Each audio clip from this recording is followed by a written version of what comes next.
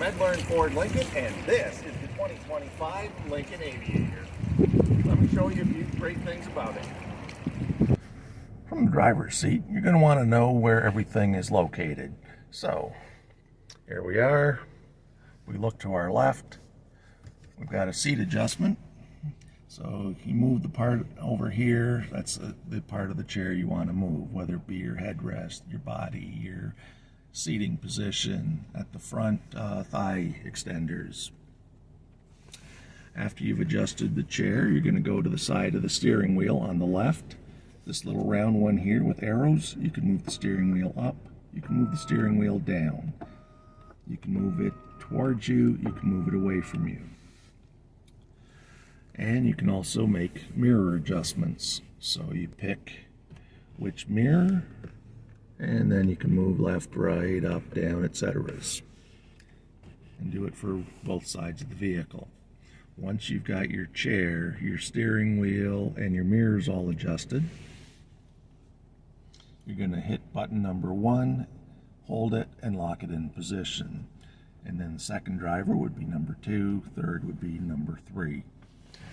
If you do have some passengers that are a bit annoying and they play with the power windows, you can lock them out with this button right here. If you're going through a car wash and you want to fold in your mirrors, you can do it with this button up here. When you get out of the car wash, push it again to put them back out. Now, you can open up the rear tailgate from here. You can put your headlamps in the automatic position, so when it gets dark, they'll automatically come on. And with these, you can change your panel brightness.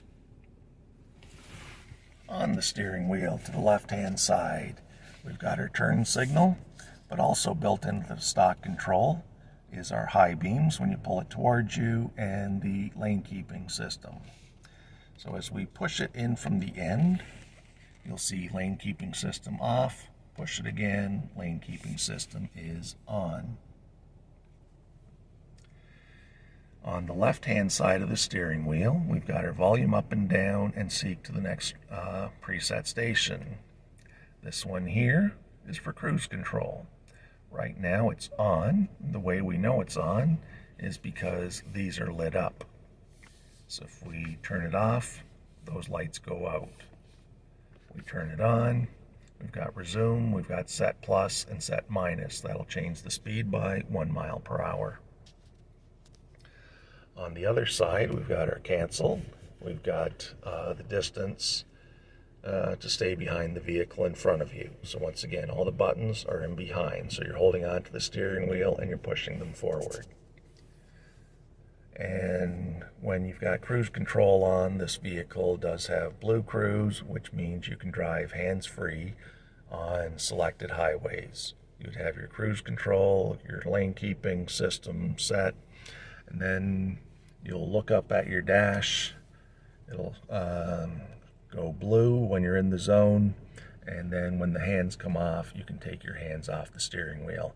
It's a really great feature. You'll see it in another video where I demonstrate just how easy it is.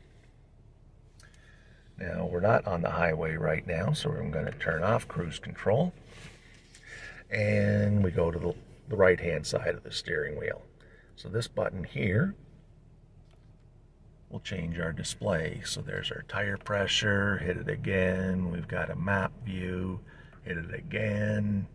We've got our trip. Hit it again. We've got our fuel economy. And where are we getting those things from? We take this one, we go down, HUD on.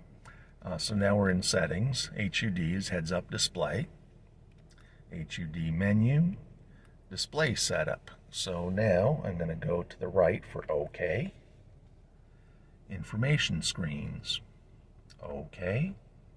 So this is where I can pick which ones I'm going to have when I cycle through them. So I like the comm screen, trip one's good.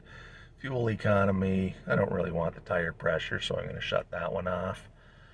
When you have kids, it's good to know if they ever take their seat belts off, so that's a good one to watch. And I'm not towing at the moment, so I'm not worried about those, and I'm not worried about the map view, so I'm going to turn that off.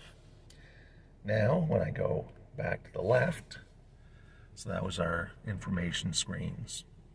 If you're traveling from Canada to the United States, the speedometer can be switched and you can put miles per hour.